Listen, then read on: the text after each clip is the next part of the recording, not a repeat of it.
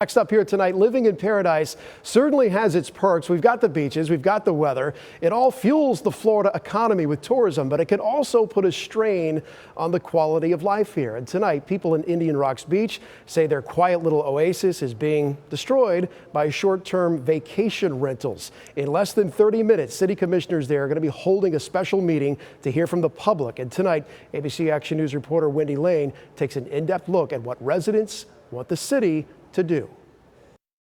Residents say this once quiet Indian Rocks community is now being overrun by short-term rentals, and they want something done about it. They're even putting these signs in their yards that say homes, not hotels, because they want the city to take action. What do we do? All right, come on. You want to go potty? Scotty Vaughan and her dog Bella love their Indian Rocks Beach community. We've been here about 6 years, and we moved here because it's an amazing community. But she says lately, that's all changed. The short-term rentals have just changed the fabric of the community. Neighbors say short-term rentals are popping up all over and driving out the residents who live here. It's going to become a short-term rental.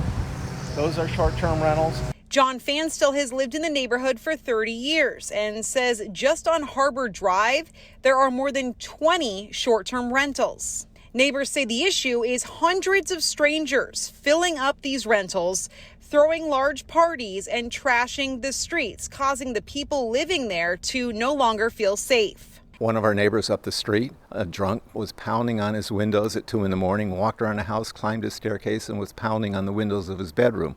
He didn't know what house he was in. He was too drunk. Neighbors say the biggest issue is the constant stream of strangers coming and going. Fanstill says at one point, homes in Indian Rocks Beach had stricter rules, only allowing rentals for 3 months at a time. But in 2011, the Florida legislature prohibited local governments from regulating short-term rentals. Some communities were grandfathered in.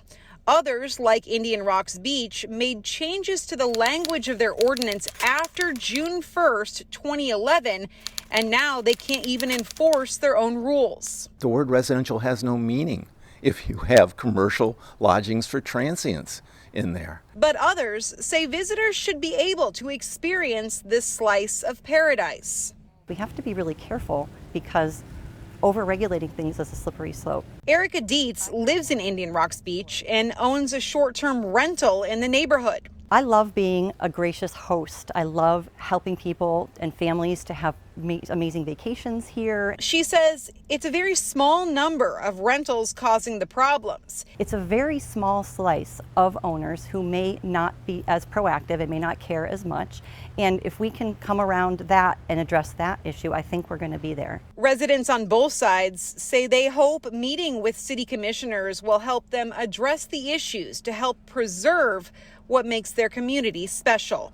In Indian Rocks Beach, Wendy Lane, ABC Action News.